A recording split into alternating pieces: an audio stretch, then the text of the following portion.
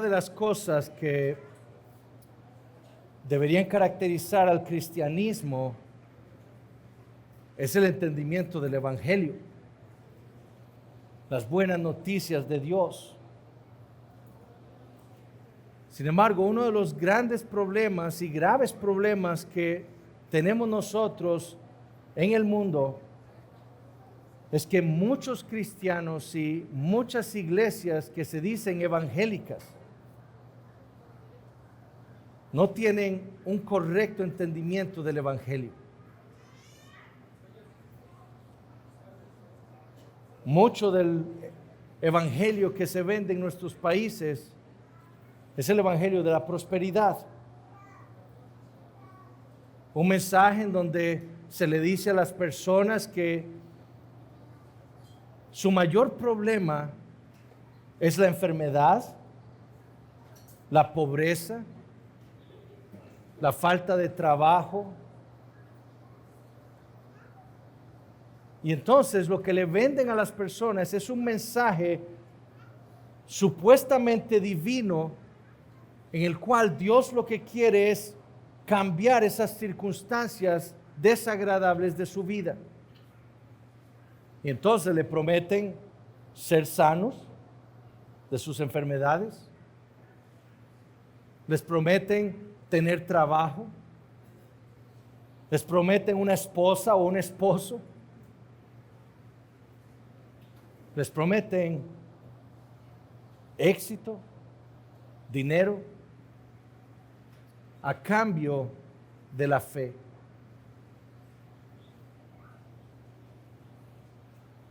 Es claro que el gran problema que tenemos en nuestros días es la falta de entendimiento del Evangelio. Y eso ocurre porque nosotros, en primer lugar, no entendemos quién es Dios. ¿Quién es el Dios de las Escrituras? Y hemos llegado a tener un entendimiento de Dios tan bajo que el problema que nosotros tenemos con Dios meramente es una enfermedad, errores que cometemos en la vida, porque no entendemos la santidad de nuestro Dios, su soberanía por sobre todas las cosas, su justicia. No entendemos qué significa que Dios es amor. Pero también el otro grave problema que tenemos es que no entendemos quiénes somos nosotros. Y pensamos que nuestro principal problema es que no somos perfectos, que tenemos faltas en nuestra vida, pero no vemos el pecado como lo ve Dios en las Escrituras. No entendemos la grave condición en la que está el hombre por causa de su pecado. No entendemos la ira que está puesta por sobre los hombres por causa de su rebelión contra Dios. Lo bueno, mis hermanos, es que Dios nos ha dejado el Evangelio no solo declarado, sino también que nos lo ha mostrado a nosotros a lo largo de toda la Escritura. Y una de las maneras en las que el Señor nos ha enseñado acerca del Evangelio es por medio de sus señales, de sus milagros. Una señal es algo que apunta a una verdad. Un semáforo en verde significa siga. Esa señal en verde le dice a uno siga. Una luz amarilla dice vaya más despacio. Mi esposa diría, para ti significa acelera. Y una señal roja significa pare. Bueno, los milagros de Jesús se les llaman en las Escrituras señales. Y se les llaman señales porque lo que significa es que apuntan a una realidad mucho mayor de lo que fueron esos milagros específicos. Verdades que nos hablan y nos enseñan algo acerca del Evangelio, que tanto apreciamos nosotros y que tanto defendemos y que tanto deberíamos recordar. Entonces, el día de hoy lo que quiero hacer en esta breve meditación antes de participar de la mesa del Señor es meditar en 3 eventos en la vida de Jesús en los cuales Él tuvo contacto con 3 personas y por medio de los cuales Él nos enseña acerca de nuestra condición natural y acerca de la única solución para nuestro problema. Y lo primero que vemos aquí es el contacto de Jesús con este hombre gadareno. Se nos dice aquí que Jesús pasa al otro lado del mar, a la región de los Gadarenos, y en lo que Jesús sale de la barca, viene al encuentro suyo un hombre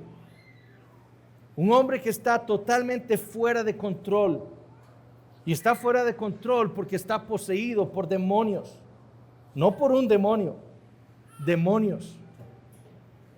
Un demonio que se llama Legión, porque le dice él a Jesús, somos muchos.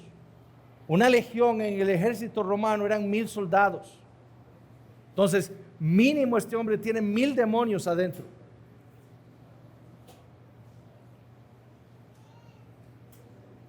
Ahora, probablemente tenga 2000, porque 2000 cerdos fueron los que fueron capturados por los demonios después y fueron muertos. Entonces, por lo menos tenía 2000. Y este hombre estaba tan fuera de control que dice la Escritura que nadie lo podía detener.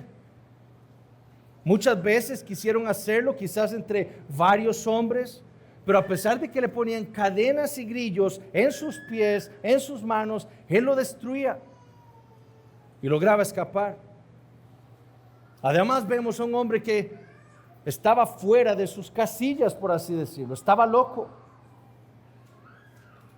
Corría por la ciudad, por los montes, vivía en un cementerio.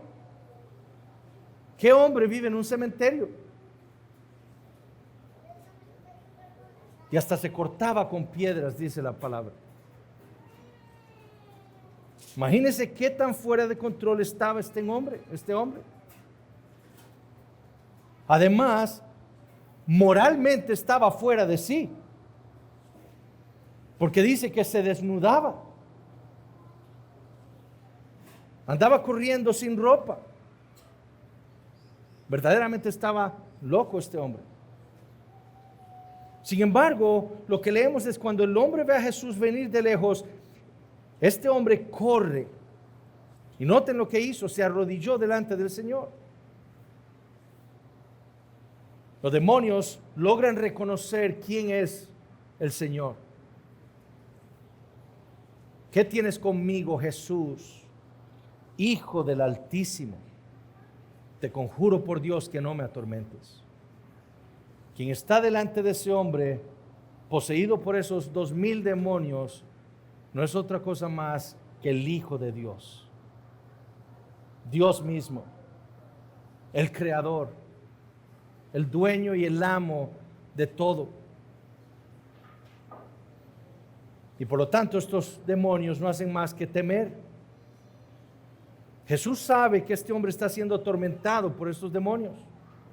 Él sabe que estos demonios lo han hecho un esclavo. Pensemos, ¿realmente nosotros creemos que este hombre, si no hubiera estado poseído por los demonios, se hubiera cortado a sí mismo? ¿Viviría en un cementerio? ¿Correría como un loco por las calles? ¿Por qué hacía estas cosas este hombre? Porque estaba esclavizado de estos demonios. Jesús sabe que esos demonios tienen esclavizado a este gadareno, pero Jesús sabe que este hombre necesita ser libertado entonces. Y no solo libertado, este hombre también necesita ser cambiado. ¿Y qué hace? Bueno, echa fuera a los demonios del hombre y le ordena que entren en los cerdos. ¿Qué tiene que hacer la criatura cuando el Creador le da una orden? Obedecer. Y cuando Jesús les dice a los demonios, salgan de él y entren a los cerdos, eso es precisamente lo que tienen que hacer los demonios. Y sin que el hombre lo pidiese, y sin que lo buscara, y ni siquiera sin merecer, Jesús echa fuera aquellos demonios que lo tenían esclavizado. Ahora noten lo que sucedió con el hombre gadareno. Vienen los que vivían en esa ciudad, los dueños de los cerdos, que se acaban de despeñar, ¿verdad? 2,000 de ellos. Y noten lo que leemos en el versículo 15. Y ven al que había sido atormentado del demonio y que había tenido la legión, escuchen esto, sentado, vestido y en su juicio cabal, y tuvieron miedo. Todos obviamente estaban espantados. ¿Por qué? Porque nadie había podido controlar a este hombre. Solo Jesús. Estaban espantados porque ahora estaban frente a otro hombre. Un hombre distinto. Un hombre que había sido ahora cambiado por Jesús. Transformado. Y tal fue aquel cambio que produjo un enorme asombro entre los que conocían al gadareno. Pero ven lo que hizo aquel hombre. ¿Qué hizo el hombre gadareno cuando fue transformado por el Señor? Versículo 18. Al entrar él en la barca, el que había estado endemoniado le rogaba que le dejase estar con él.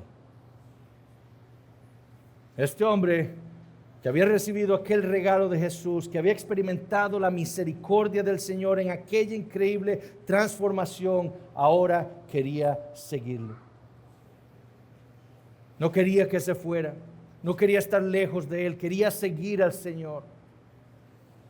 Este hombre esclavizado por esos demonios, conscientemente sabiendo el daño que esos demonios le estaban haciendo a su vida, y ahora habiendo sido libertado de esa esclavitud y siendo un hombre totalmente transformado por la misericordia del Señor, ahora lo que quiere es seguir al Señor. Bueno, la Biblia nos dice a nosotros que como aquel gadareno, nosotros también somos esclavos. Esclavos del pecado, esclavos de Satanás.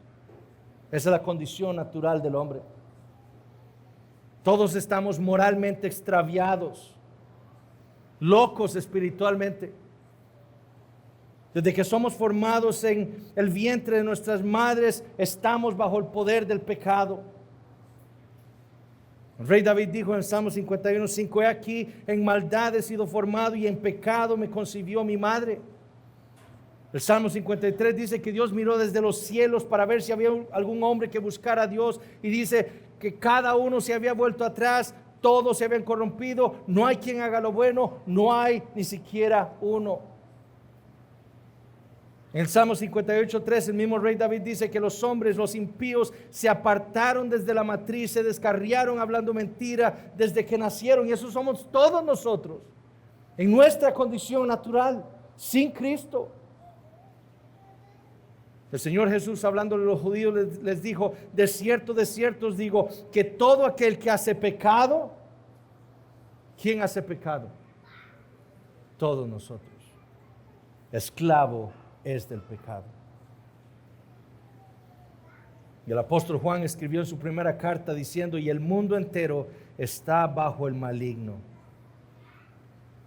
Pero ¿quién, mis hermanos, es el único que nos puede libertar de tal esclavitud? Del poder de Satanás. Jesús. Él es nuestro único libertador. Como dijo el apóstol Pablo: pero gracias a Dios, que aunque erais esclavos del pecado, habéis obedecido de corazón aquella forma de doctrina a la cual fuisteis entregados, y libertados del pecado, vinisteis a ser siervos de la justicia. ¿Quién es el único que nos puede transformar también y cambiar? El Señor Jesucristo. De modo que si alguno está en Cristo, nueva criatura es, como aquel gadareno. Pero Jesús es también nuestro purificador. No solo nos liberta, Él también nos purifica.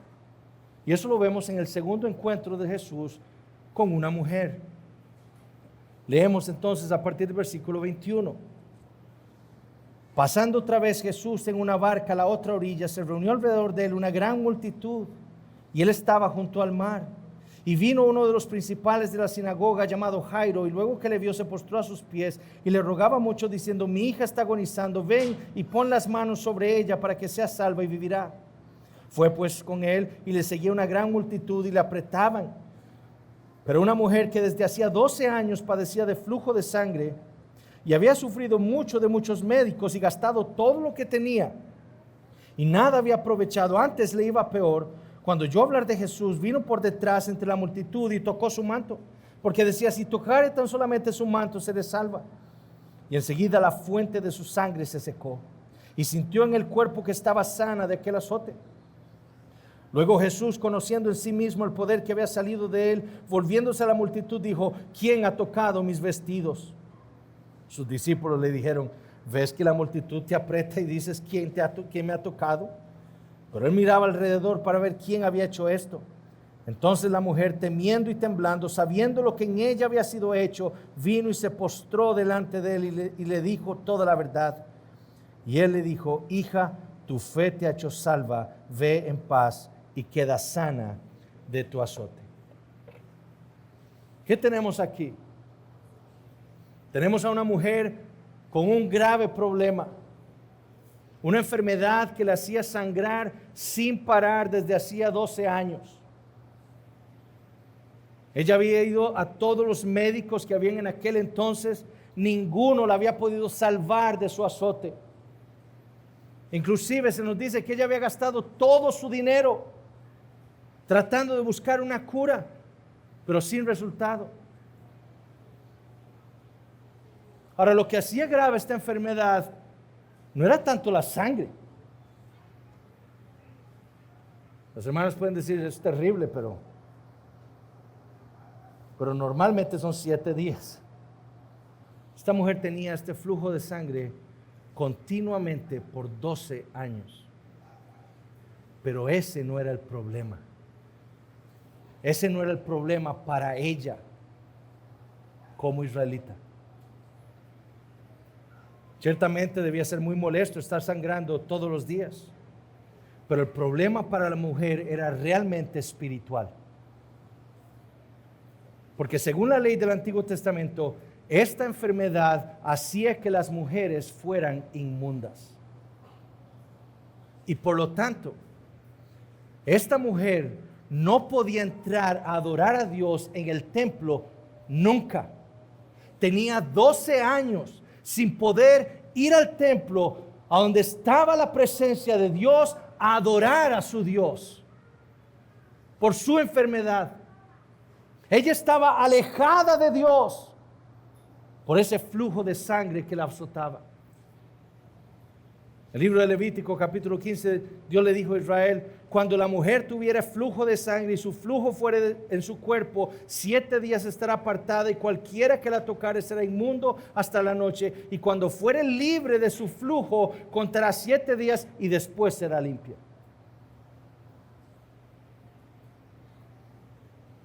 Esta mujer, como les digo, tenía 12 años de no poder acercarse a Dios. Pero la mujer sabía una cosa: solo había uno que la podía salvar de su problema, y no eran esos médicos, era Jesús. ¿Y qué hizo? Ir a él. A ella no le importó que hubiese mucha gente rodeándolo, ni siquiera pensó que Jesús necesitara hablarle a ella. Ella sabe que Jesús es tan poderoso que si ella tan solo se acerca y le toca el manto, ella va a ser salva de su azote. Y fue justamente lo que hizo. En medio de esa multitud, esta pobre mujer se fue haciendo campo hasta llegar al Señor y tocar su manto. Y al instante, dice la palabra, fue sanada. Ahora, cuando Jesús siente que salió poder de él, se volvió queriendo saber quién la había tocado. Ahora, obviamente, nosotros debemos entender que Jesús en su humanidad quizás no supo quién era lo que lo había tocado. Pero por otro lado debemos entender que Jesús quizás quiere que esta mujer salga a la luz y manifieste su fe en Él.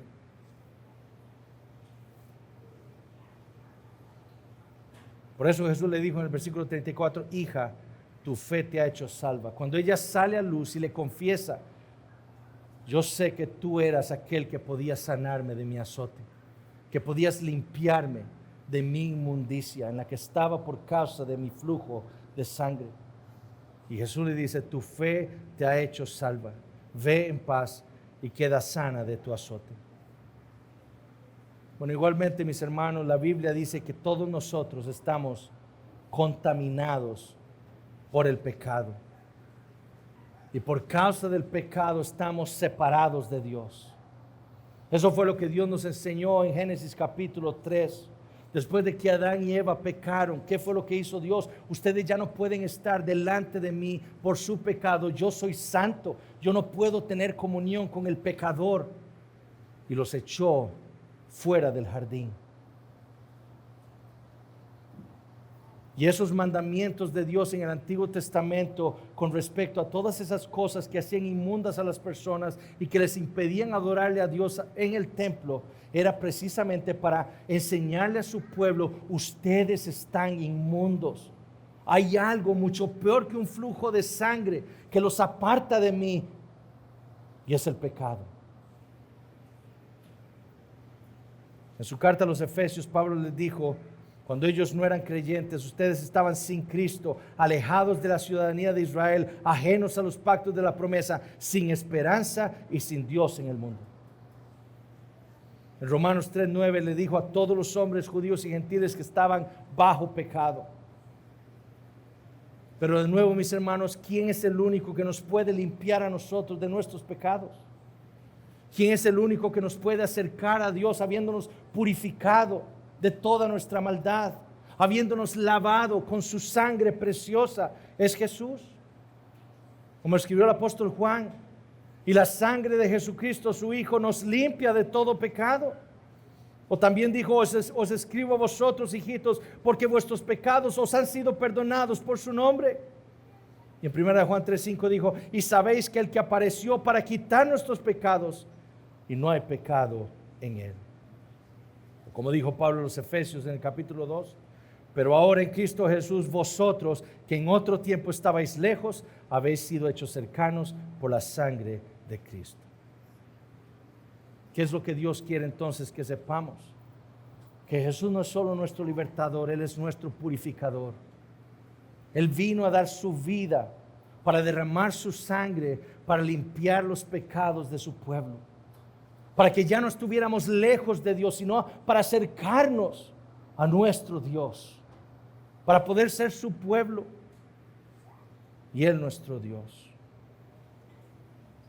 En tercer lugar, vemos un tercer encuentro también.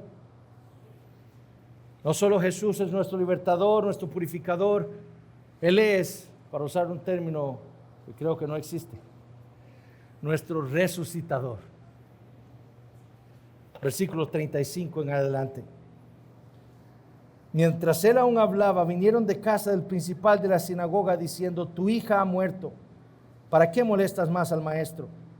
Pero Jesús, luego que oyó lo que se decía, dijo al principal de la sinagoga, no temas, cree solamente. Y no permitió que le siguiese nadie, sino Pedro, Jacobo y Juan, hermano de Jacobo. Y vino a casa del principal de la sinagoga y vio el alboroto y a los que lloraban y lamentaban mucho. Y entrando les dijo, ¿por qué alborotáis y lloráis? La niña no está muerta, sino duerme. Y se burlaban de él. Mas él, echando fuera a todos, tomó al padre y a la madre de la niña y a los que estaban con él y entró donde estaba la niña. Y tomando la mano de la niña le dijo, Talita cumi, que traducido es niña, a ti te digo, levántate. Y luego la niña se levantó y andaba, pues tenía 12 años. Y se espantaron grandemente, pero él les mandó mucho que nadie lo supiese y dijo que se le diese de comer. Tenemos a este hombre Jairo, que se nos describió antes, era un principal de la sinagoga, que viene a buscar a Jesús porque su hija estaba muy enferma. Realmente no se nos dice qué enfermedad tenía la niña, pero obviamente debió haber sido algo grave. Estaba al borde de la muerte, aún no había muerto. Y él sabía que el único que podía sanar a su hija era Jesús. Sin embargo, en lo que la multitud detiene a Jesús en su camino a casa de Jairo, y en lo que aquella mujer del flujo toca el manto de Jesús, se nos dice que la hija de Jairo muere. Los siervos de Jairo entonces van donde estaba él con Jesús y le dicen: ya no molestes más a Jesús, ya no hay nada que hacer, tu hija ha muerto. Cuando estaba enferma quizás había algo que hacer, pero ahora ya ha muerto, ya no hay nada que hacer, no molestes más a Jesús. Pero escuchen lo que le dice Jesús a Jairo: no temas, cree solamente. Jairo creía que Jesús era capaz. Estos hombres vienen como tropiezo para Jairo y Jesús le dice: no los escuches, cree nada más.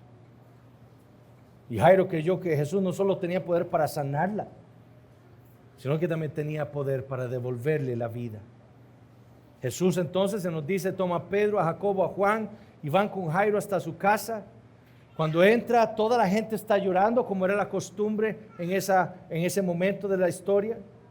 Todos lloraban porque estaban tristes, sabían que la hija estaba muerta. Pero Jesús sabe lo que va a hacer. Él sabe que Él va a resucitar a esta niña. Y les dice: la niña no está muerta, sino duerme. Ahora, ¿qué hacen todos? Se burlan. No le creen a Jesús. Jesús entra al cuarto donde estaba el cuerpo de la niña con sus discípulos, con Jairo, con la esposa de Jairo, y solamente da su orden: Talita cumi, niña, a ti te digo, levántate. ¿Y qué tiene que hacer el alma de esa niña? Regresar, unirse al cuerpo y resucitar. Y así pasó. Y para que todos supieran que esto era algo verdadero, que no estaba solo en la imaginación de ellos, ni que era un fantasma, Jesús le ordena a sus padres: denle de comer. Y ella comió. Bueno, la Biblia, mis hermanos, también nos dice que todos los hombres sin Cristo estamos muertos espiritualmente. Esa es nuestra condición. Sin vida espiritual. Nada de lo que hacemos es agradable a Dios. Pablo, inspirado por el Espíritu Santo, le dijo a los colosenses: y a vosotros, estando muertos en vuestros pecados. Pero ¿quién es el único, mis hermanos, que nos puede dar vida espiritual? ¿Quién es el único que nos puede resucitar de esa muerte en la que estábamos? De nuevo, solamente Jesús. Solo Jesús es nuestro resucitador. Y Él os dio vida a vosotros cuando estabais muertos en vuestros delitos y pecados. Como está escrito, dice Romanos 4:17, te he puesto por padre de muchas gentes delante de Dios a quien creyó, el cual da vida a los muertos. Como escribió el apóstol Juan en 1 Juan 5, 11 y 12, y este es el testimonio que Dios nos ha dado vida eterna, y esta vida está en su Hijo. El que tiene al Hijo tiene la vida, el que no tiene al Hijo no tiene la vida. 1 Juan 3, 14, nosotros sabemos que hemos pasado de muerte a vida.